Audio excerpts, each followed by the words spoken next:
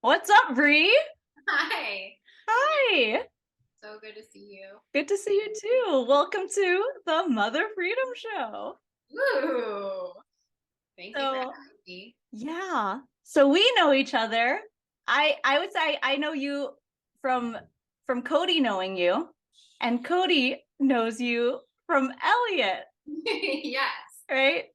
Yeah, I'll never forget the first time I met you. You gave me a blueberry smoothie that was beyond amazing. Yeah, you guys are on your way. Well, you guys were gonna go to Yosemite. Was it that day? Oh yeah, yeah, yeah. Yeah. Oh, we were coming back? No, we were going. Yeah, and you hadn't had anything, so I made you, yeah, coconut blueberry smoothies. Yep. Delicious. As you know, I woke up a couple weeks ago in the middle of the night and basically was told that I need to share this with you. And so I'm just trusting that, and whoever this is for may be received in the highest love.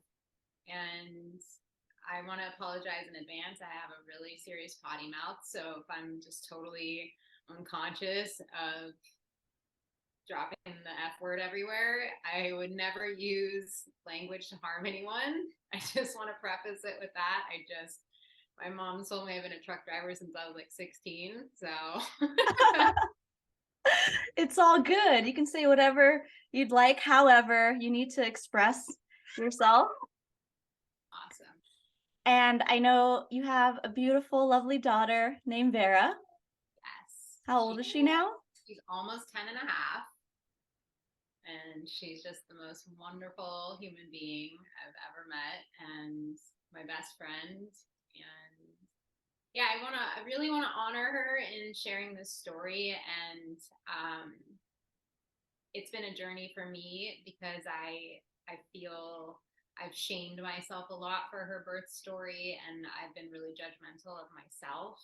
And that feels like so much has been healed over just like the last year or two, and um, which obviously will make more sense as I share it. But one of my girlfriends had a similar birth story about 2 years ago, and instead of going into that shame of wishing she had had a free birth or whatever her expectations were, she just said, this, I understand that this is exactly the way my son was meant to come here on this planet. And that's all that matters. However, my mind wants to think it should have been different. Doesn't matter. He's safe, and everything is perfect how it went. And that really just healed something in me. And then my friend Hetty, when I let her know I was going to do this with you, she just said, you know, just really remember that all births are holy. And that was so soothing to my being also. So I just want to put that out there. If there are moments where I sound judgmental of myself, just know that that's still parts of me that are being healed. Thank you. Well, take me to the beginning.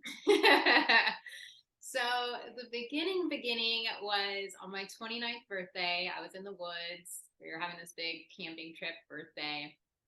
And I remember I went and set up a hammock, and I just wrote this letter to God just saying like, okay, I'm turning 29. Like, I'm so old. And I really want to be used for the highest good. Please, please use me for the highest good. And, now I know when we ask for things like that, they mean much bigger things than we could imagine. And shortly after that, I decided that I no longer wanted to be in a relationship with her dad. We've been together, I think at that point, a little over 8 years. And my mom, I felt needed my help in Arizona. So I started this whole thing of quitting my job and moving out and separating. And during that time, of course, we started to be a lot nicer to each other. And one day we got this brilliant idea that maybe if we made a child like we always wanted to have, things would change. And I'm someone that has always known my ovulation cycle, my menstruation. Like I get honestly a little confused when women don't know when they're ovulating, because for me, it's always been extremely obvious. And I knew what was going on, and it was the first time we ever tried, and I got pregnant. But the interesting thing was I took so many tests. I probably took like 6 tests, and they all said negative. And for 2 months. So I'm, whatever that is, what is that? Like human growth hormone? I don't know. Yeah. It would be really high by 2 months. Like, right? yeah. So I just figured when I missed my first cycle, I thought, okay, I'm moving. I'm going through a lot of stress with this separation. I'm quitting my job. Like all these things were changing. So I thought, okay, maybe it's normal for me for once in my life to miss a cycle, which was not normal. And then I missed the second one. And I was like, well, I just moved to Arizona and it's winter and I'm not around all the females I used to be at the office. Who knows? So I missed the second one. And then when it starts becoming clear that I'm going to miss the third one, I called her dad, who was still living in California, and I was like, I don't know, something's going on here. And so I'm living at my parents' house, shitting my pants that like I might be pregnant, and like this is going to be really interesting. And I took a test in the Target bathroom and found out I was pregnant. And then I immediately went to Planned Parenthood just to like figure out, get this solidified. And I'll never forget, this woman was just crying. She was like, oh my gosh, you must know how far along you are. I'm like, holy shit. Like I had just been partying in New York with a friend a month before, like, and I got really sick and couldn't understand why. So the shame started to happen really quickly. And I set a really strong intention at that point to have the most natural possible pregnancy. And, just to like reverse the effects of this 3 months that had just happened. And the doctor that I first saw like really reassured me that she would be more than okay. That first trimester, she's more than protected. And, but still, like, you live with that sickening guilt that I screwed up my kid. And Arizona at the time was doing this really incredible program called Baby Arizona, where they'll allow you to choose any doctor, any midwife, any situation that you want, and they'll pay for it if you're a low-income mom. And so that was like epic. It was like any of that first stuff I was dabbling in was all taken care of, and including all the way through to the end, which was totally unexpected and just like such grace. So I quickly found a birth center because I only had one other friend who had ever mentioned anything outside of the hospital to me, my friend Lauren, and she had had her child at a birthing center in Venice. And it was like so beautiful, like really, really cool. And I was looking for something like that, but in Tucson, that was not the case. And I found this like very sweet, like hokey birth center. And well, I should preface this with, I asked my parents if I could have the baby at home, and that was a hard no for them. And we had multiple conversations about it, and they just said that they wouldn't feel safe. So the next step was the birth center. Did you mention to them like, well, what if we had a midwife at home as well? And they were still, they didn't feel comfortable. Nothing at home. Yeah. No pools, no anything. Well, and can you share with when you found out that you were pregnant and it was confirmed, what was going on what was going on for you? Mostly like guilt and fear that, not knowing for 3 months seems so crazy. I was extremely tired, but like I said, I had just made all these massive adjustments in my life.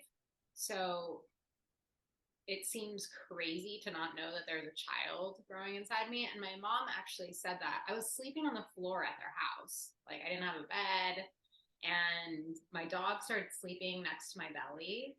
and I didn't think anything of it. It was really cold. It was winter, and it gets very cold there. And my mom started saying, she's like, you're sleeping like 12 to 14 hours a night. Like, something going on with you? And she was picking up on something, the dog's picking up on something. But for me, I was just like, oh, it's just this whirlwind. And I'm taking all these pregnancy tests and it's not saying yes.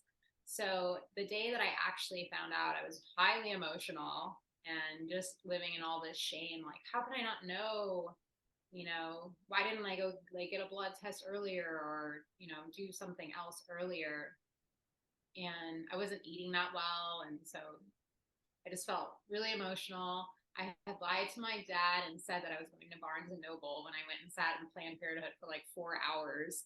And he never asked me to get him anything. He's like, can you get me a book on hawks? So I'm like, sure. And then I'm like, fuck, I just found out I'm pregnant. Now I gotta go to Barnes and Noble. And I didn't go. And I walk in like he's always in the yard. And I walked in through the side yard and I'm just a mess. And he thought I got in a car accident. And I was just like, I'm pregnant, and just felt a lot of shame of like, I'm 29, I just quit my job, I don't have insurance, I'm living at my parents' house, because ultimately I wanted to help my mom and I wanted to do some writing. I had saved money. Like, in my mind, it was all responsible, but then throw a child in the mix and I'm single. I just was like, fuck, this is a totally different situation than I had ever expected. So he just like lit up. He was so excited that I was pregnant. It was Christmas for him. And were you surprised at that reaction? yes, like I thought I was gonna be in trouble, or like that little girl in me just went to this other place. And then my mom was inside, and I went and I told her, and it was the same thing, just like full lights on, like most excitement I've seen her in a long time. And I couldn't believe it, because I'm like, why are they so stoked? And I'm over here like in this suffering like spin, and they're completely like, think this is the greatest thing that ever happened. Yeah. And so when you heard the reaction, did a little bit, lift off your shoulders to have that reaction from them and that support? A little bit, because it's like, okay, well, that would suck if they were, already asking me a ton of questions. What am I going to do? Whatever. There was none of that literally through the whole pregnancy. Like, it was just a full grounded support system. Besides that, you can't have this baby at the house. That's the only thing they ever told me. And at this time, you didn't have a relationship. You weren't in a relationship with your baby's dad. Yeah. And I mean, we were still very close friends and talking often, but we just knew the relationship couldn't work. And a few months in, he said, like, I don't know if it was pressure from his family or what was going on, but he was like, we really need to like either get married or officially be back in a relationship together. And I was like, we can really do this on our own. We're great friends. We can raise this child. But he was pretty insistent, and I understand that, and that's totally respectable. And so I said, yeah, okay, let's make this an official relationship. So he would kind of go back and forth between the states. But yeah, ultimately I had an epic pregnancy. I'm out in the desert. I watched all the animals giving birth in the spring, like hummingbird babies flying for the first time around me and baby bunnies everywhere. And it was incredible. I walked like 6 miles a day every day and just really took such great care of myself, napped outside, read books. And it was a beautiful, beautiful experience, which clearly, had I found out, had those pregnancy tests said yes back when I was living in California and working and living with her dad, I would have stayed. So I think all of that had to happen so that I could get myself out to this extremely peaceful, non-work environment. Like, I wish for every pregnant woman to not have to work. That's like the ultimate wish. I don't think that I've seen women throwing up in their trash cans at work. Like, it's just not right. It's not right at all. Totally. Yeah, I'm so grateful that I didn't have to go anywhere. Yeah. Just roll out of bed. Yeah. Yeah, I can imagine like stress and pressure, commuting. It's too much. It's really too much. So you're in the desert, and is there anything that like you were surprised that you were craving or had aversions to? I was a vegan, not like I'm a vegan, but like I literally just ate a vegan diet. Um, so I added some proteins in. I started eating fish and eggs and dairy when I was pregnant, and like all day or in the beginning I kept this chart of like I gotta get enough protein, I gotta get enough protein, and like I'd have like 5 or 6 meals by like 1 o'clock, and then I like couldn't eat anymore because I feel so huge. But I didn't eat any sugar or sweets or any stuff like that. Like the only treat I had like that was for my baby shower. I had like a slice of cake, and I just didn't have any of those cravings or aversions. But I did one time randomly. I'll never forget this. I went to Panda Express. Like I'm eating clean for like months and months and months, and I go to Panda Express, and I have a headache for like 2 or 3 days. It was so fucking gnarly. Like it just shows like how toxic that kind of stuff is, and just the sodium. It was insane. Oh yeah, totally. I'm like, holy shit. Some people eat like this the whole pregnancy. Yeah. Can't imagine how they must feel. Yeah, well, their body is used to, like, that's their standard, Yeah. their baseline, you know? I would. I mean, I can't. I'm so sensitive. It's crazy, but good for them that they can handle it. I was just holy cow. Yeah. Yeah, with all things like my daughter is named Vera after aloe vera because they had a big aloe vera bush, and I refused to put anything on my skin or my hair or anything that wasn't like from the earth. And so I would just rip that open and lather myself up with aloe vera. I was like, I look disgusting. Like my legs look like when you see like cracked sands out in New Mexico. Like I was just as gross as possible and as natural as possible. And I loved it. I didn't know that's where Vera's name came from. Yeah. Like when you Okay. open one up, it's like lime green with dark evergreen pinstriping that are like perfectly spaced. It's the most beautiful thing. Well, okay, so you didn't know if your baby was a boy or a girl? So when I first found out I was pregnant, there wasn't when do you find that out? Like kind of after the first trimester, I think. Yeah. It was pretty quickly after I found out I was pregnant. When you found out the sex? Yeah, I didn't want to, and her dad did. It was extremely important to him for whatever reason. So that was my only ultrasound until later at the end. Because something told me that was a very strange thing to be able to see your baby inside your body. So I really didn't want to do it, but I did it. And they basically gave me like a 97% accuracy that she was a girl, which was such a mind fuck because it's like, what do you do with that? You know? And I was having all these crazy dreams about women at bars like lifting up their skirt and they had penises and like 97%. So yeah, I did that, and you know, it's an interesting thing being pregnant. Like even with I'm not allowed to have a baby at home. Then I have to get an ultrasound to appease this other person, and it was interesting to have this like, you know, choose my battles and be flexible here and there kind of thing already happening so early. You know. So I got everyone on board with the midwives and the birth center, which was like, felt like everyone felt comfortable, you know. Maybe I think it was more like on his side, family members and stuff, maybe not being certain. I don't really recall, but there were questions, obviously, and I remember getting Ina May Gaskin's book and just reading all these stories and like realizing that the reason that I wanted a home birth and the reason I wanted something more quaint like the birth center was for privacy.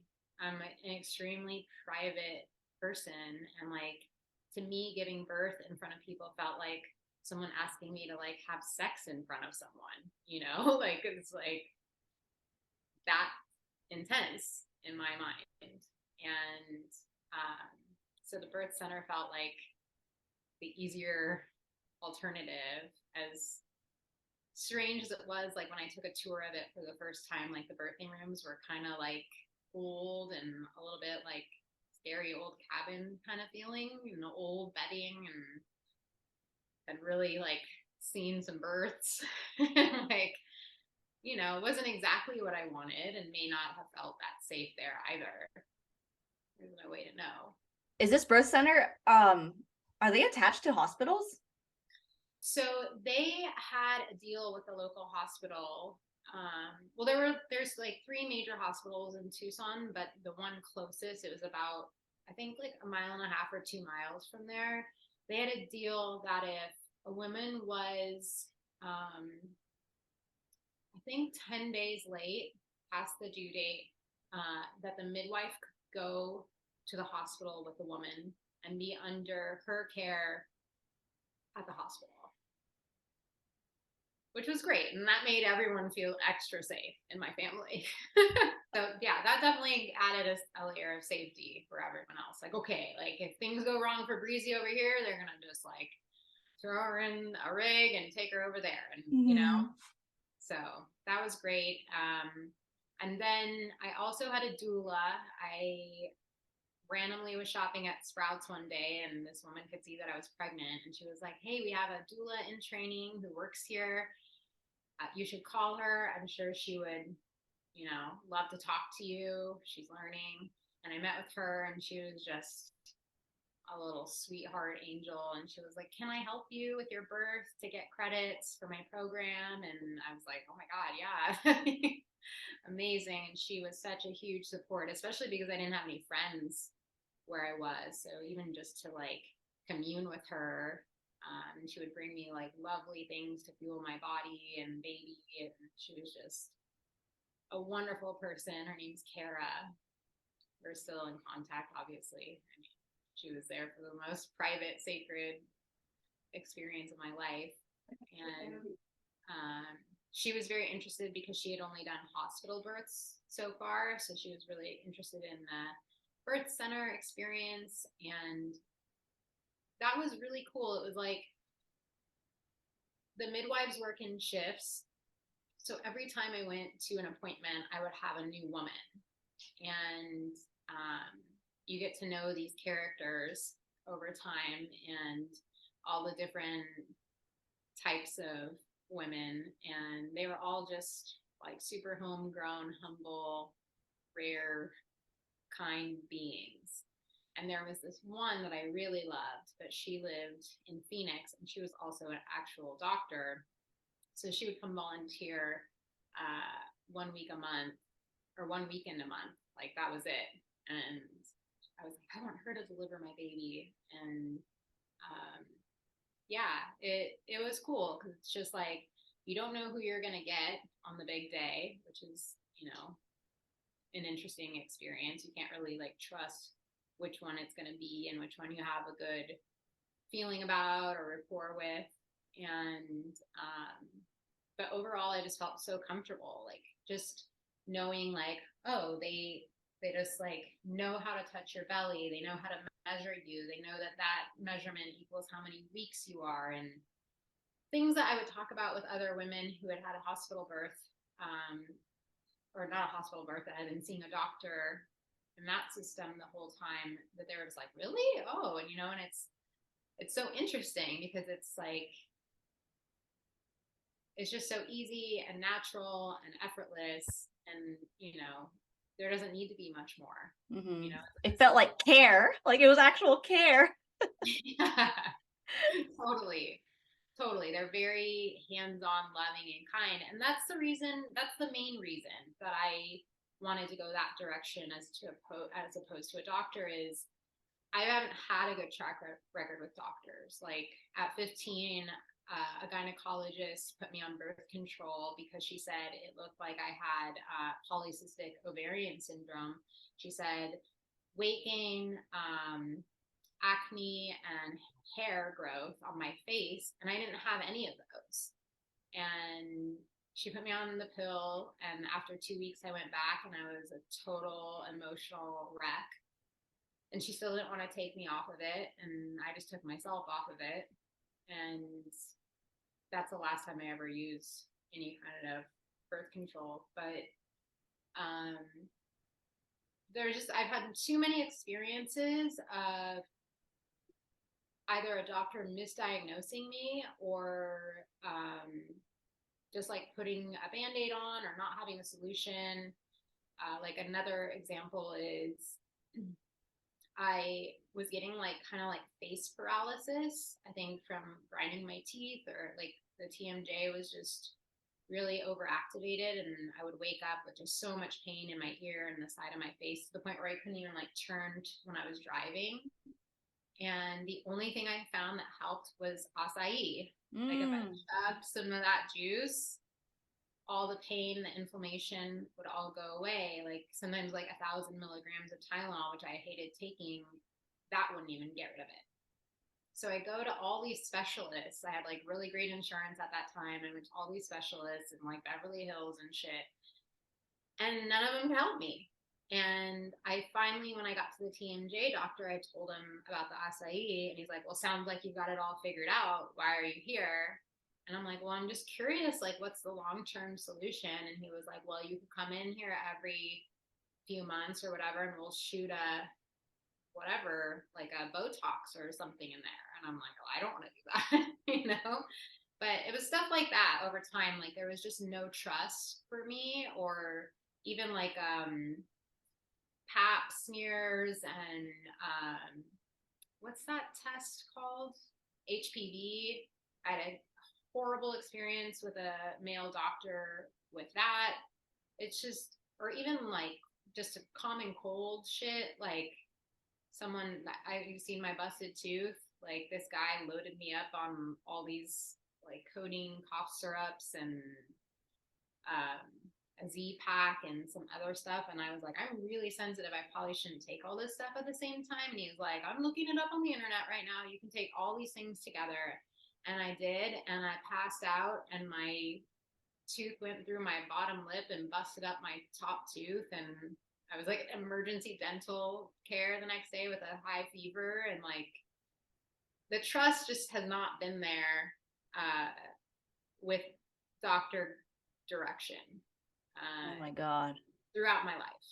Oh. So it was very clear to me, like, I want to go somewhere that feels more loving and kind and safe. Did any fears come up for you? I remember like doing some of those birth audio meditations and other things, and I was so, this is interesting. So like, you know, they say it's like your mind is what's creating your reality.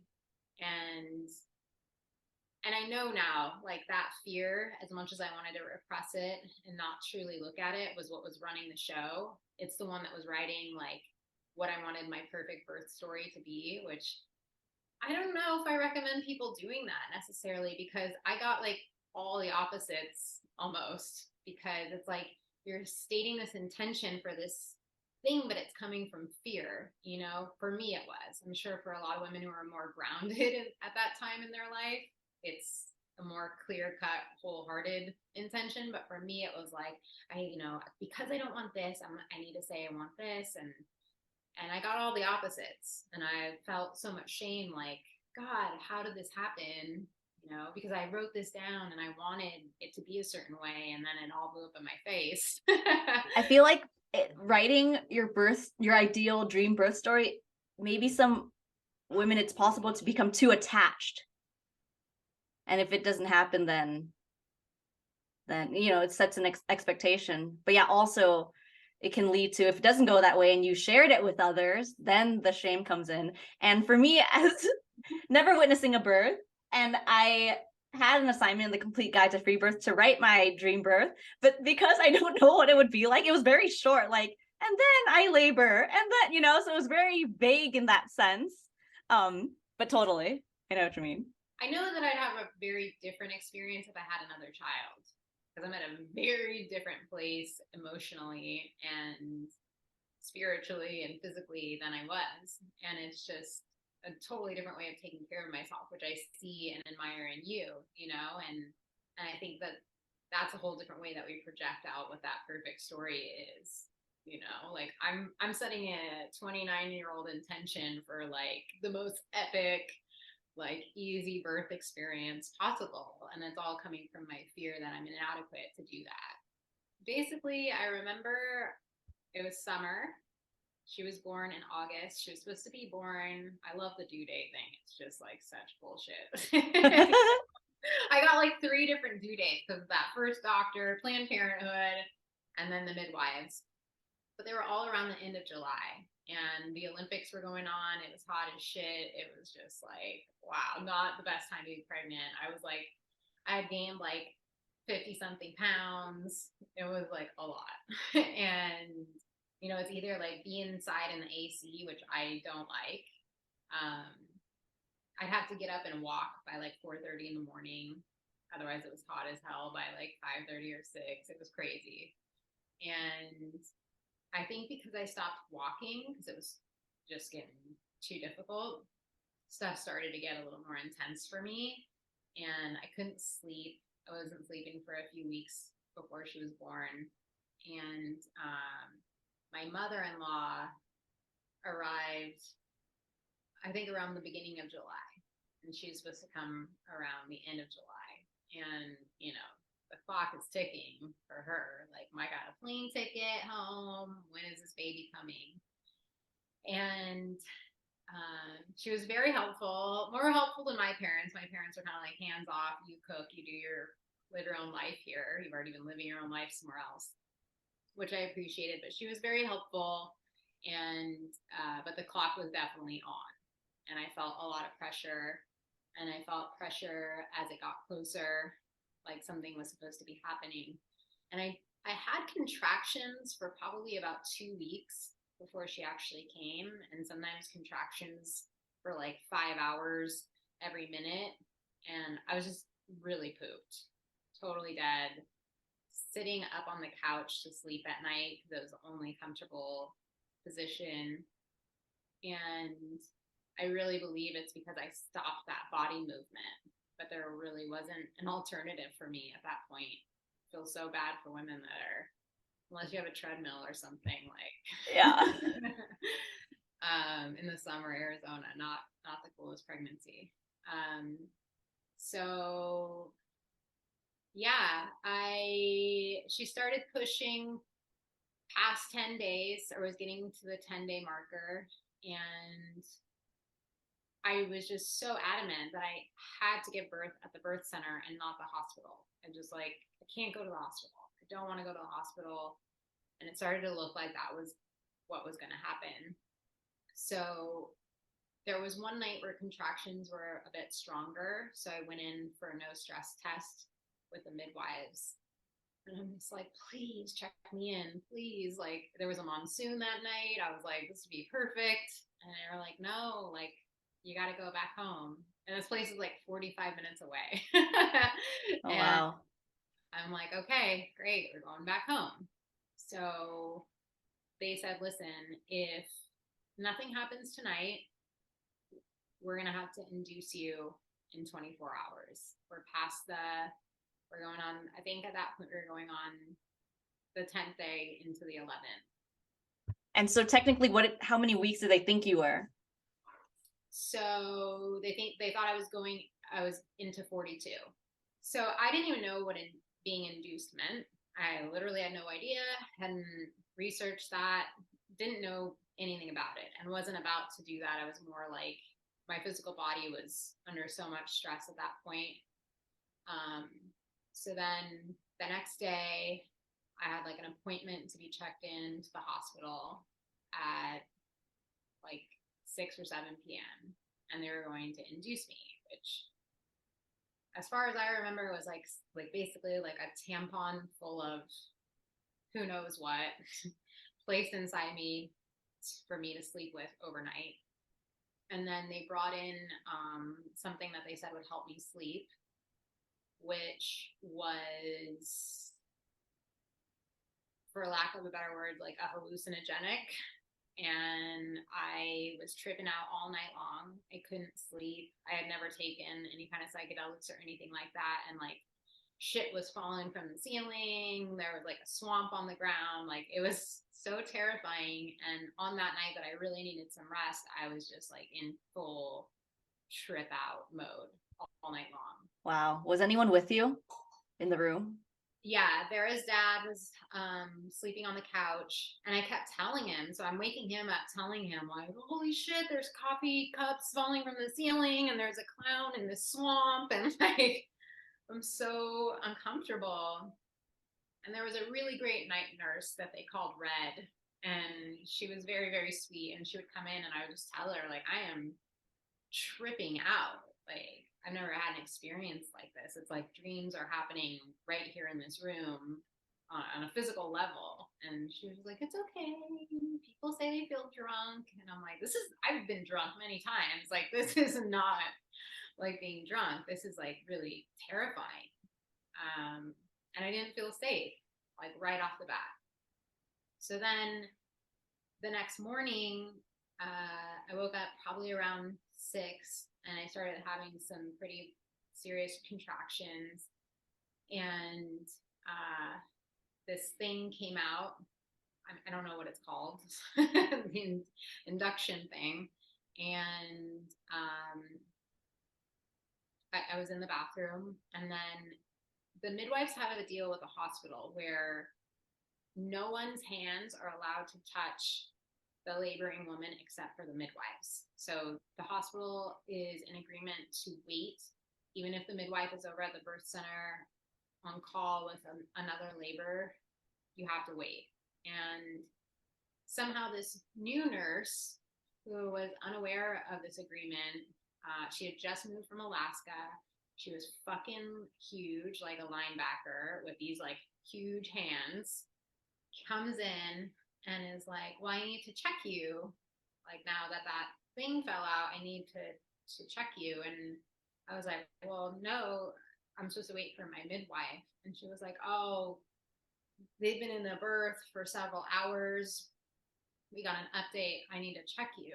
And that was the first time that I said no, or like to myself. I was like, "Okay, here's where I fully hand myself over to this other thing that's doesn't feel very safe." And especially this woman, but her presence was so big and scary that I found myself just saying, "Okay." And when she checked me, she's like, "Oh, your cervix is super posterior. Let me just pull that forward for you." And in doing that, I would say, honestly, that was probably the most painful part of the whole experience for me. It was just like full lightning shocked my body. I was shaking for like 10 or 15 minutes afterward. And she broke my water. And I was just in total shock, like full physical shock. And Vera's dad was freaking out. It was just, and she's apologizing. And it was so crazy and so weird. When the midwife finally did come and we told her the story, there was like apparently like a whole come to Jesus moment out in the hallway with the hospital staff and the team, and to get that right set. But it's like, for me, it was too late.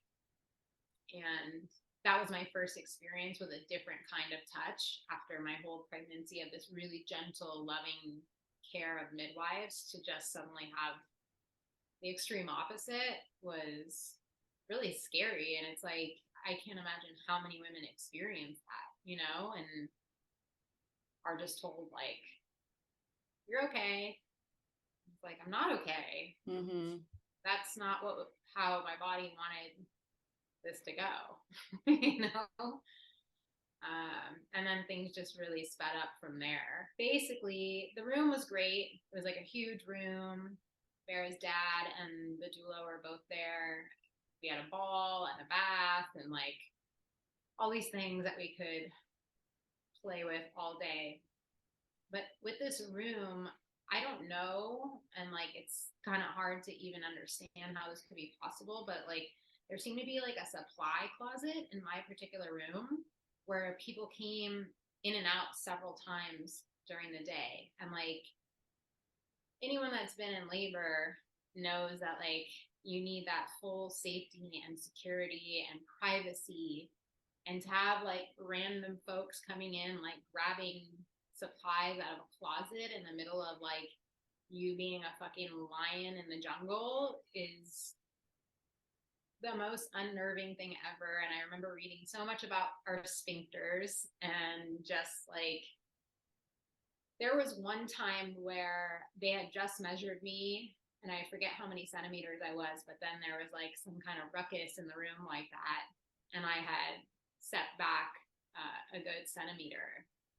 And it's like, that's the body's way of protecting me. That's the way, my body's way of protecting my baby. And I was just witnessing it in this real time experience. And like, you know, I don't know who's to say, like, had no one ever walked in, would I have just continued to progress naturally or not? Because already it's like not the safest environment. It's a very sterile, strange, cold hospital room, you know? I started pretty intense labor at 7 a.m. and we were really all in it till I think around like 3 o'clock. And at that point, I think is when they said like, we'd like to give you Pitocin. And I was like, I'm not doing that. You know, I've already talked to you, and I don't even remember what or how they convinced me. But it's basically like, your baby, the water broke this many hours ago. There's a high risk of infection. Basically, your baby's not going to be safe if you don't speed this thing up. And I don't know if it was just a consensus because I was a team with her dad and the doula. That's the hard part, is like you're making these decisions. And it's so interesting because it's like you're in this state of mind that is so not coherent, and it's so vulnerable. And you know, I can't honestly remember. I feel like, you know, it was probably a team decision, because I had asked them for that support and to help me be that conscious awareness during labor, because obviously I knew that I wasn't going to be fully in my normal conscious mind. So I get put on that. I'm carrying around this fucking thing and trying to labor with this thing that has to move with me everywhere and stuff in my arm. And what it did was give the most insanely hardcore contractions, and it speeds it up. So it's just like, they're already so difficult, but let's just contract you even more and make them closer together. And I remember feeling like, I can't do this now. Like, I feel defeated. I feel up against this thing that's happening to me now, instead of me being in harmonization with what's going on. So it's like, it's this pressure to get this child out as soon as possible because something could happen to her. That would be ultimately my fault.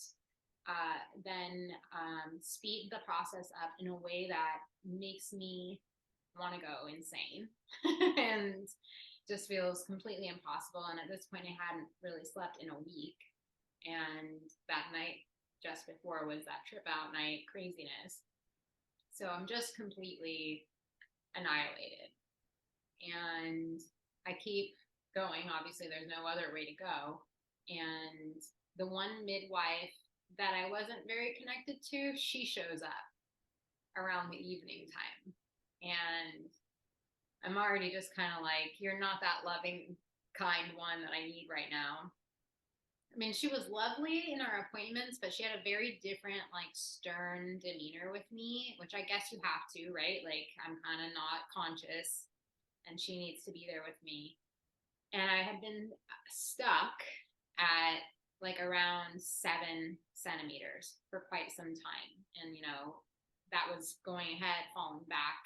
I can't remember if I went back further at that point or what had happened that she was like, I really think you should consider an epidural because I don't think that this is going to be over anytime soon and you're really exhausted. And I'm like, dude, the last thing on my list of my perfect thing is there's going to be no epidural. And she was like, okay, but I need you to understand you've already been doing this since this morning and this whole previous week. You may not make it through the night without having to have a C-section, which I know you really don't want unless you have an epidural. And I think it was also a team decision at that point where they were like, Bree, you're really tired and this is not progressing. Like, let's get real about this. The epidural, because that was the other thing. The epidural guy was going to be leaving. His shift was going to be over, and blah, blah. You know, it's just these decisions that seem so otherworldly are happening in a moment's time. And I just felt like so powerless, helpless, defeated, bucket, you know, like, okay, so we get this epidural guy in the room around 7 o'clock that night. It takes him 4 times to get this needle in my back. Like, everyone is freaking out, ready to like punch this guy in the face. He keeps telling me that my back is too skinny. And I'm like, I have fucking 60 extra pounds on me right now. And I'm like an 8-pound baby in here. Like, can't be that skinny. And I don't like that this is your excuse. And he's bending me over. I'm having full contractions. It's just the most uncomfortable situation. It went on for like an hour. And then next thing you know, it works. And my whole body is paralyzed. Like, not my whole body, sorry, bottom half. That's just the weirdest experience ever, to go from this insane roller coaster of Pitocin to just, I'm just a normal person again. And I'm actually like high and elated and feel completely coherent and fine and normal, but I just can't feel my bottom half of my body. It was so surreal. It's a blessing and a curse because I felt I finally got some rest that night. She was not, let me get ahead of this. She was not born until 2:30 the next afternoon. So it ultimately felt like, wow, I wouldn't have been able to do that. There was no way. I was like, someone would have to just like kick me and make me pass out to figure out how to get her out after that many hours. The strange thing about the epidural is that you feel elated. So I kind of was not in any kind of shame or anything. I'm hooked up to all this shit. They're still pumping Pitocin. They're turning it up as high as they can go. They're doing the whole thing all night. And that midwife comes in, and I'll never forget. She like wakes me up, and she's like, I need to check you. And I'm like, okay. And she's like, now I know it's like total bullshit. But she's like, the baby's skull is fusing together already. So, you know, you at this point in time, you really need to consider a C-section. And this is at like 3 a.m. How would she have known that? I mean, but they say this shit. I don't know if they need the room. I don't know if she doesn't want to come back. I don't know what the ulterior motive was, but I know now that that is completely impossible. yep. But what does it do? It puts this fear and this pressure on me that I need to get her out, and I need to get her out fast, or she won't be able to physically come out, bless you, because her head is fused. And, you know, I wish I had been like Cody and had done all the research, you know, to know that, like, at least it sounded like bullshit enough to me to say no. I was like, no, like you guys, this is all this other shit that I didn't want has already happened. I am not having a C-section. I'm going to be really firm with you, as firm as you're being with me. This is not happening. And she was pissed and kind of just really reiterated that I was making a mistake and that kind of ultimately in the morning, you're probably going to have a C-section. And I just remember like, then I couldn't sleep. I was just like, wow. And then, you know, they've got all these monitors on. And anytime I moved, at this point, my mom and my mother-in-law are in the room. Everyone and the doula and her dad, everyone's in the room at this point. So uncomfortable. So then anytime I move, I see my mother-in-law like, oh, like the heart stopped beating, you know? And it's like, oh my God. Oh, like the monitor moved, you know, like it's just so stressful and psycho. And And it's so all, sad because hearing this midwife, where this woman, this midwife, is supposed to be serving you, serving the woman, the mom, and it's the complete opposite. you know, she's the one person in this system that I, you know, I'm already a little uncomfortable and unsafe feeling in. She's the one person there that I am supposed to be able to trust. And, you know, I would love to have known what that ulterior motive was to say something like that. That is so untrue and scary, like very fear provoking, because I still don't know the answer to that. You know, maybe she had to be somewhere. I don't know. I just think ultimately my body was like, I'm not safe with this woman. So this is at 2 in the morning. Fast forward to like 11 a.m. the next day, or that same morning. All of a sudden, in walks Susan, the woman I originally wanted, who only volunteers 1 week in a month. And she comes in, and it's just like, oh, and she's like, what's going on in here? And I'm like, I don't know, I can't feel shit. I'm just sitting here, like, waiting for my child to come out. And within like 30 minutes of knowing her existence was around, I started being able to start pushing.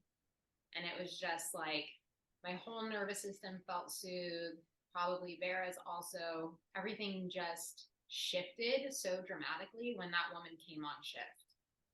And it's just like that in itself is such an awakening of what happens when we feel even just a little bit safer in an environment that doesn't feel that safe. Yeah, that totally shows the sensitivity with a Yeah. woman in birth. Yes. I mean, even for me, just the windows opening, I felt I had to wait until the windows were closed to just let go and be and Wow. feel comfortable and unobserved. Yes. Unobserved. That's a beautiful word. Mm-hmm. Yeah, especially that was my only request from our families before even going. I mean, I've been talking about it for months, and I specifically spoke with my mother-in-law for months. I don't want anyone waiting for me anywhere, hospital, birth center, anywhere. I don't want the pressure of feeling like I'm under the gun. I don't want the pressure of feeling like you guys slept in the hospital. I don't want that. Like, it would be no problem to call you when the baby is here and you come and you're going to spend the rest of your life with this baby. And she couldn't do it. She showed up. She actually like busted in to our room somehow and was calling Vera's dad's name. And that was like a sphincter back 2 centimeters kind of moment. The safety aspect is clearly the biggest thing. The unobserved aspect, the no pressure, the no timeline. Like, this whole thing exists out of time. You know, it's such a sacred, holy experience, no matter where it's happening. And everyone else is like on TikTok regular timeline, and it's like, no, we're like somewhere completely different. And you know, and until you experience it, you may not understand. I mean, I guess it's like an insanely deep meditation or an insanely deep orgasm or something where you know that there's loss of everything. And when you're the only one in it, it's difficult. And when you have other people helping make decisions, it's very difficult. But yeah, so Susan arrives and it's just great. She like puts on like some like French pop music and other like fun music, and she's truly making it like a joyous experience. Like she had bare feet in there. I'm like, okay, like you're making me feel comfortable and just with such a light spirit about everything. And it took me like 2.5 hours to push her out. And I remember feeling really guilty, but I could not feel anything to figure out how or what I was doing. You know, it's the strangest thing. It's like push, and everyone's telling you to push, and it's like, I don't know if I am right now. I literally can't feel anything. And I've heard some women say with an epidural, as it wears off, they can feel some things, or sometimes it turns all the way off and they can feel everything. For me, it was 100% nothing. And people are like holding my legs, and like I can't feel. It's just the strangest fucking thing that's ever happened, and so unnatural and uncomfortable, and like 2.5 hours, like my poor child, you know, like wow. um, I remember I had brought, I love lilies, and there was one lily that in the several days I'd been in the hospital hadn't bloomed. And I looked up, I had seen it just before the birth, and I looked up afterward and it had bloomed. Oh my God. And I was just like, everything in its own perfect timing. But so at this point, they were considering her, I think 13 days past due, 14 days. And so when she finally was born, she inhaled her meconium, and basically they took her out, wrapped her up in a blanket and a cap, then hand her to me for like 5 seconds, take a picture, and rush her off to the NICU. So like for me, I almost would prefer to not have had that moment with her, because it's like she's just breathed in her own feces that's like black tar crazy shit. Let's just go help her, not like make this moment happen, you know? And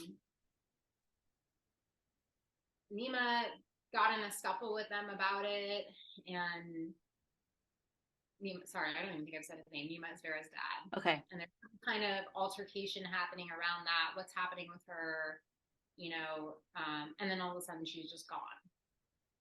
And I'm still in this like high as a kite, not natural chemical releases, just this other, okay, you know, like very strange state of mind for me. Completely not worried, just like docile as a fucking like Hindu cow. Crazy. Like, you know, not in my normal reactionary primal instinct stuff. Like I was in some other kind of hypnosis, and very chill about what was going on. Very, like, even reflecting on it is strange, because it's like, that's not who I am, you know? But I'm on this like lollipop drug thing. Yeah. And which is great for the staff, right? Because I'm not some raging lunatic. I'm just kind of like chill with whatever's going on. So they had first said she would be in the NICU for 48 hours. And I remember thinking, like, that's a really long time, you know? And I was telling them that I wanted to breastfeed her, and they agreed to that, obviously. But then I found out that they gave her formula. Oh, well, let's back up for those of you who have heard about meconium being an issue. It's not an issue. To inhale it? Wow. So my kid is taken to this incubator for a 48-hour sentence, and it's not something that needs to be worried about. Ah, man. That's so sad.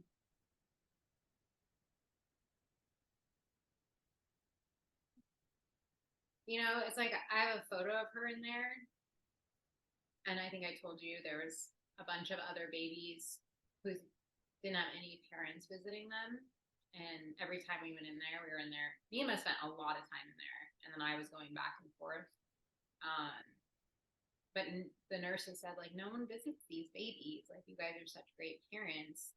And they said they were like, you know, products of like drugs or fetal alcohol syndrome or whatever was going on. And I have this photo of her in there, and recently I was looking at it and I'm like, what part of your soul wanted this experience, you know, to be resting in this plastic bubble? She luckily was only in there like, I think 12 to 14 hours, but like even that alone, to be fully alone and independent in this thing floating with all these other babies, like what about her soul wanted to have this experience, you know? So strange. It's like it's almost like a beautiful independent empowerment to start. I don't know. I mean, you could see it many ways, but it happened. Wow, I can't believe it didn't need to happen. So yeah, I found out they gave her formula and she threw up, and I was like, good girl. Nothing against formula. I know it helps save millions of children and mothers and has beautiful benefits. But for me personally, I wanted to have that connection with her. I wanted her to, you know, have the life force that was created for her coming out of me for her. Mm-hmm. And did she get swept to NICU? Was it okay? Because the hospital that we stayed at, when they wanted to give Bjorn formula, I was like, isn't there donated breast milk? And they're like, I was like, even just a little bit? And they're like, oh, it's only for moms in NICU. Oh. So for those, whoever is watching, if you know of a woman or if your baby gets swept to NICU, you can totally ask if they have donated breast milk. Wow. Wow. So many good things to know. Yeah. And I mean, they should also have, you know, better options of formula available, you know? The interesting thing too about the breastfeeding situation was, you know, they're trying to get me to pump colostrum, which is like really difficult. And I'm looking at the tubes, and I'm pumping like this much, and they're being encouraging. They're like, that's great. And I'm like, well, how much colostrum is there supposed to be? And they're like, this is great. And they wouldn't like give me any kind of idea, because I never thought I'd be measuring anything. I didn't have a breast pump. Like, I didn't know what any of that would mean. I thought milk would be definitely a lot more than this much. And so, you know, while she's in there, or even once she came back to our room, they're like, you got to pump. Did you pump? Feed her, then pump. Feed her, then pump. And like, it's like, why? Why do I need to like keep doing this other thing that I really don't want to do? And I'm so dehydrated. I'm recovering. And it was just so fascinating that there was such a insistence to pump. Yeah, versus just putting her on your boob. Yes. Yeah. Like there, you got to go above and beyond basically to keep the milk production coming.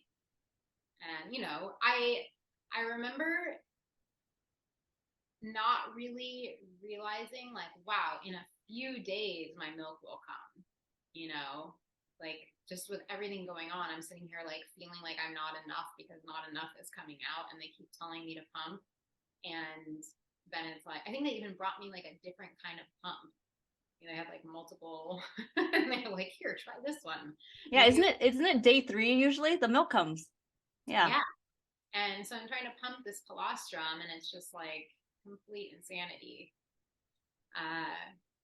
So yeah, I had a really great lactation consultant that came in there. She was from Scotland and just had the greatest accent, and would make me laugh and help me make light around it. And she even helped me once I got home too, because just sometimes she would have trouble latching.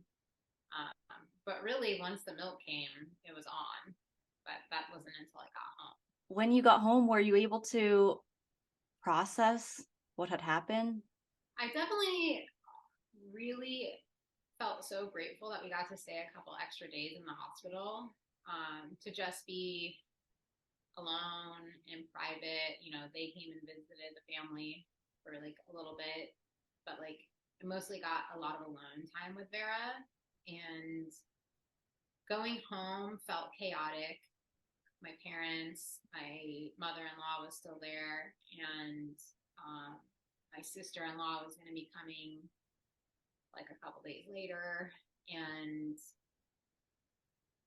I just remember Vera was sleeping great in the hospital and sleeping with me, and everything felt harmonious when she came out of the NICU. And then getting home, it was suddenly like, okay, there's a lot going on. There's dogs barking. There's people telling me how to take care of my child. And I feel confused. I'm tired. I'm coming down from all these drugs, like not in a very good mental state. My vagina has gone through a lot, like 2.5 hours of pushing, and you know, all the things no one tells you about how you have to take care of yourself. Like that whole process in the bathroom could take 10 to 15, 20 minutes sometimes, depending Mm-hmm. what's going on. And, you know, then there's a baby crying, and it was just very, very overwhelming. And I do really honor those like you who can take a good amount of time for your privacy in that beginning phase, because I think it really allows us to feel strong and empowered as moms without all of these other voices. And the voice that was the hardest for me was my mother-in-law.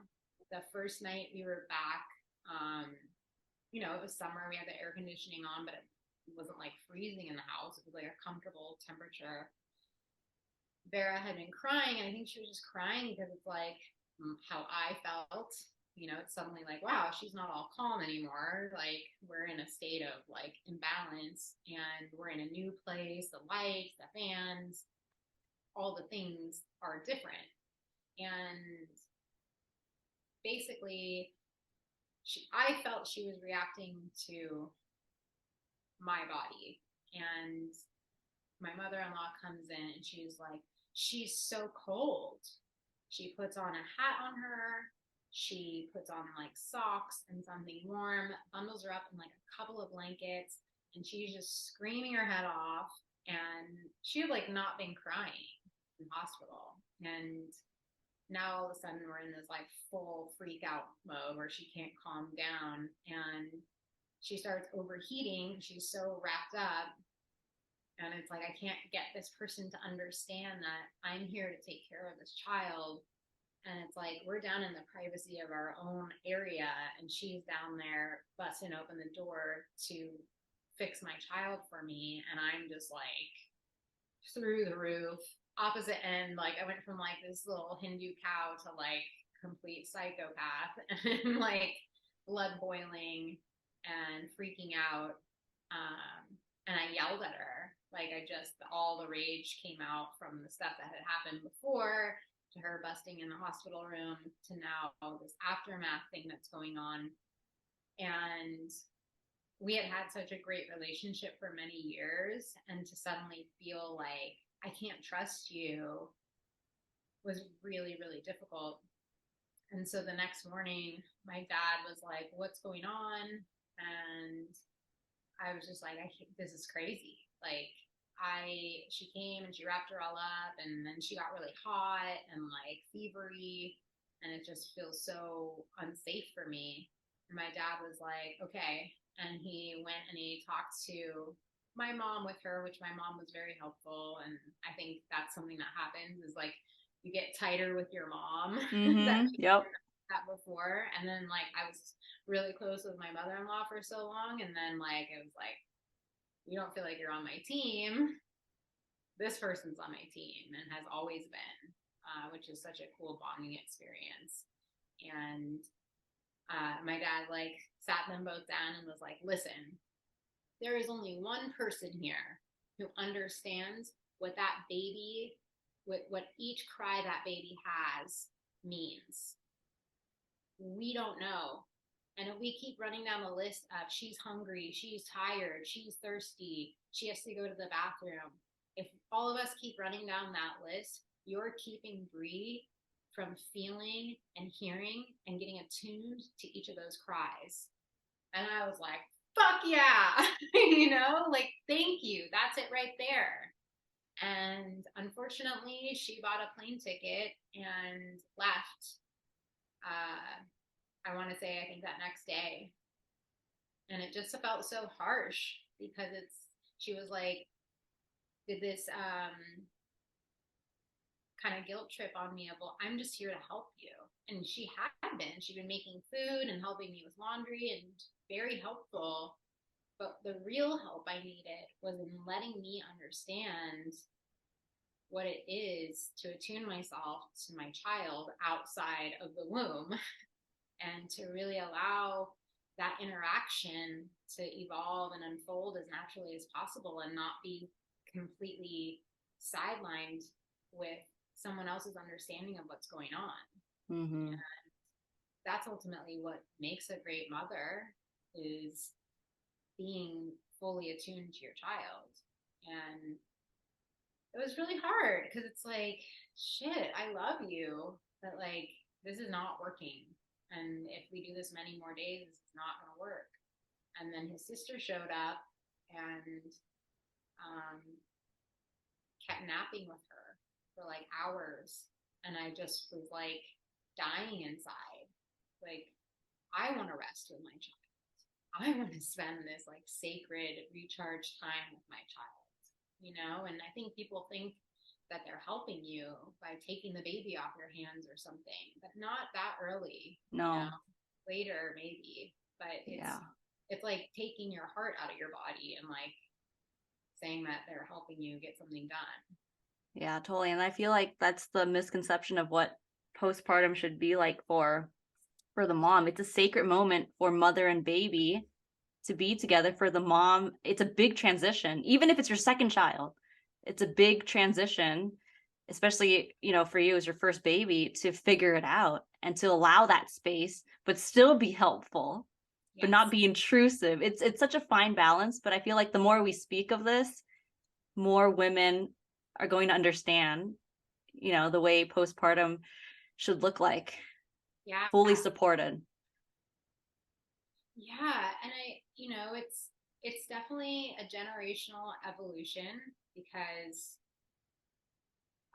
she had told me stories of her birth and I could feel that she wanted to overcompensate for mine to heal something that happened with her, but it's not how it works, and ultimately my dad was just so right.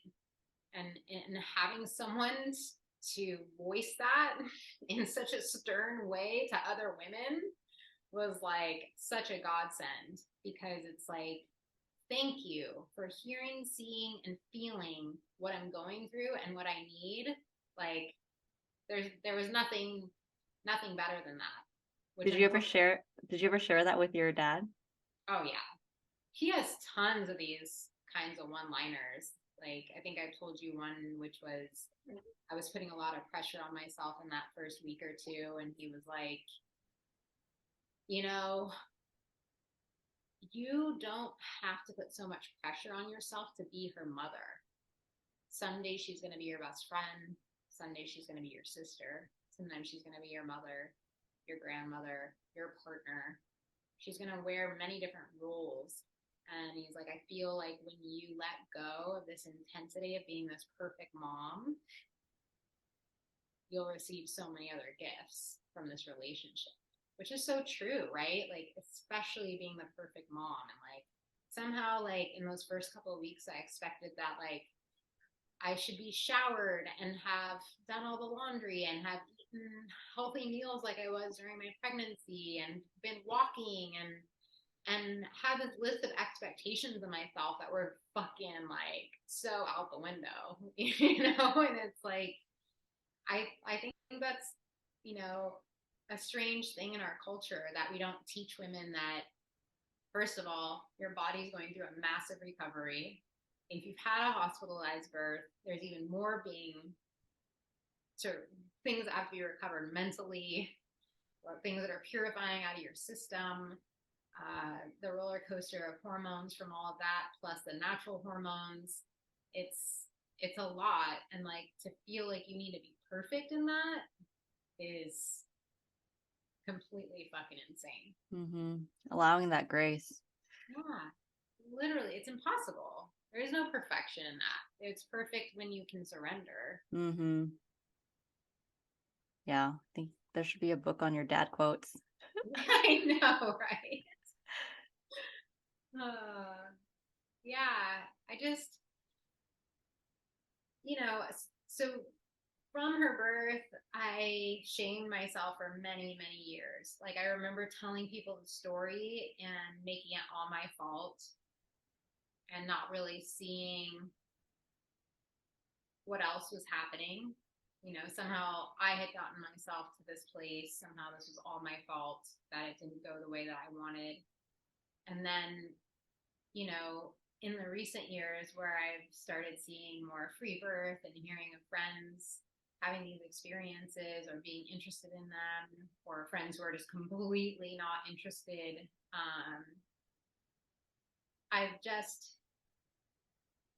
realized that, like, this is exactly how it was supposed to be for me. And not that it's something to strive for when I have another child, if I do, but that this is just what it is. And really coming to terms with it and being at peace. I was really not at peace with my mother-in-law for the first 2 or 3 years. I realize now that I had postpartum depression. I was unwilling to acknowledge that in the beginning. I really thought that that's something that couldn't happen to me, wouldn't happen to me, but it did, and it's very scary. And I wish that women didn't feel shame around those feelings. And now when I talk to women about it, who have also reflected, and kind of, it seems to be the normal thing. You don't know that it's happening unless, I guess, it's extremely extreme. You don't realize it's happening, and then when you reflect on it, I have a friend where we've both been like pretty real about it, and the thoughts that we had are dangerous to yourself and to the child, and we can say it in such a real way to each other that in itself was like, oh my God, I'm not crazy, because I was then shaming myself about this sickness that I had that was somewhat debilitating. And instead now it's like hearing another person's story, it was like, oh my God, I feel so soothed, which I think we feel in any storytelling. But yeah, I think if more women spoke about not being perfect and having imperfect thoughts and like impure thoughts and raging hormones and roller coasters and all of it, and we made it a more common discussion instead of like, you must be this perfectly solid, strong, non-hormonal being, mother, which seems to be a product of free birth. This other thing kind of fuels, postpartum a little more severely, it seems. But I do, it is my wish that if more women talked about what happens, we wouldn't feel that shame. So I could be sitting there alone by myself feeling like, okay, like other women have felt this before. I don't need to make myself feel like a total piece of shit that this thought just passed in my head, that it is just a thought, that it is just a byproduct of all of this stuff clearing out of my system and all of these hormones recalibrating, and that's okay. Yeah, giving yourself the permission to feel all the feels, to feel all your feelings to completion. Yeah, because we feel that we're just supposed to suddenly have this person that we take care of 24 hours a day, and that we're supposed to have complete unconditional love. That's what a mother is. And it's like, not in its entirety. There's so many other things happening, and we're still human beings, and we're still, these maidens, most of us, when we have children, and there's still a lot of selfishness and a lot of other expectations and things going on to be like, you must have unconditional love for this child only, otherwise you're the worst mom ever. It's like, that's not reality. No, and that reminds me when Bjorn, I think he was crying this morning. It's kind of like you just kind of lay there, like, well, I was just laying there, like, okay, is it gonna stop? Like, it's like, oh, like, you know, it wasn't like, oh my God, like, what's wrong? It's like, really, you're gonna cry? Yeah, and it's allowing that yeah, I'm not perfect. It's not always sunshine and rainbows. But everyone makes, and it's so hard because we're such idealists during our pregnancies. And I hear so many women when they're pregnant with their first child just saying these things and the way they're going to parent and the way they're going to be a mother. And it's all this learned information from books. And I don't say anything. I'm just like, being a mom's not perfect, and like, be easy on yourself or whatever. But like, we're such idealists that then all of a sudden when the child's in hand, we're still trying to run that program and be that person. But you have to do what's natural for you. And if like not doing all these things that you learn don't happen, like, then don't shame yourself, because whatever you're doing is just right for that day for you and your baby. 100%. Oh man. But Yeah.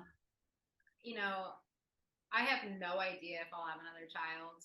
I really don't. I don't really want to, not because of that experience, just in general. I feel really content with our wonderful 10-year-old. But if I do, it's going to be an interesting practice of like letting the expectation, like fear and shame ideals go, and allow my body and allow my baby to have whatever birth process wants to happen. And until Hetty said all births are holy, I had been holding on to this idea that if I have another child, it must be a free birth. And I don't even know if my partner would be comfortable with that. He's already said, like, damn, Cody is like next level, like, for being able to support you in that way. And it have to be like a fully harmonious thing. Like, if my partner is not comfortable, then I wouldn't feel safe, and to already be holding an expectation for a child that does not exist is a lot of pressure. Yeah. It's just, the mind is fascinating. Well, the cool thing is with birth, it can reveal a lot of things for us. And maybe it's not a free birth. Maybe it's a birth with another a wise woman who can hold the space for you. Who knows? Yeah. Yes. And I guess that's the ultimate reason I wanted to say that, is like just staying open, just fully staying open around it. And women like you are so inspiring to me, because I really feel like you just held it. You remained open, but you held it, and you held it all in love. And it's just like, well, look who's here, and that's his story, and that's the way he was meant to come here and to show me, like, I've told you, seeing those photos of him from the first day was like so powerful. We would just cry because he has a completely different energetic around him. It's beautiful. Well, Vera, your daughter is a beautiful soul. I feel like sometimes we like, when I told you, with Bjorn having infant botulism, it's like, oh my God, this is going to traumatize him. But I feel like, and with other women's stories that I hear, I feel like it's kind of like a scale. one thing that happens, and with all the goodness on one side, it's so much heavier than a thing that can happen. It's up to ourselves how much we want to make it way more Yes. with our own children, and how we view them and how we view what they may had gone through. So true. It's so true. Yeah. So continuing to add more, the beauty, the love, and not being so harsh on ourselves as moms, because it reflects to our child as well. Yes. Just have to keep it heavier, if that makes sense. Yeah, just simple perception shifts. And a huge perception shift is that first trimester, not good as far as what I was putting in my body. All of the chemicals and non-natural things my daughter was born into in this world. She is the most healthy child. Like, I can't remember the last time we went to the doctor. I shouldn't say that out loud. She recovers from being sick super easily. Like, she's a picture of health, and I'm so grateful for that. And all that early shaming I did was for nothing but for me to torture myself. Anything else you want to share, Bree? I'm so glad that you contacted me and you wanted to share your story, because I feel like even us just talking, for me at least, it's already medicine, just releasing. Yeah, thank you so much, because it's really interesting. I've never felt, besides just in an intimate conversation with a woman, felt compelled to share any of this. And when I woke up in the middle of the night the other night, I was seeing, it's so hard to explain, which I'm sure hopefully this will transmit, but I was feeling the magic of amniotic fluid, and that it's literally like something super etheric that our bodies create. Like, I was seeing it as like literally like cosmos, and like all of creation here supporting and creating this sacred womb. And it was just so next level, like full fucking bufo experience. Like, Whoa. seeing this and what it is actually doing, and it's something we just take for granted. We just walk around and we're like, oh yeah, the amniotic fluid, and it's like, no, it's actually this like harmonic state of all of life in our body. And it was really, really special. And then I got this message to share this with you, not to further shame myself or shame women that have hospital births or shame women that have free births or anything, but simply to, allow whatever good of this to just move through me. And there's so much good. And my child is alive and very healthy and just fucking the coolest human I've ever known. And that's ultimately all that matters. But there's a lot of stigma I've carried for way too long around how it went down. Thank you for speaking your truth and being vulnerable, and I appreciate you and I love you so much. I appreciate you and I love you so much. And you're such an inspiration. And I'm so happy that your baby gets to experience life, from such a sweet beginning.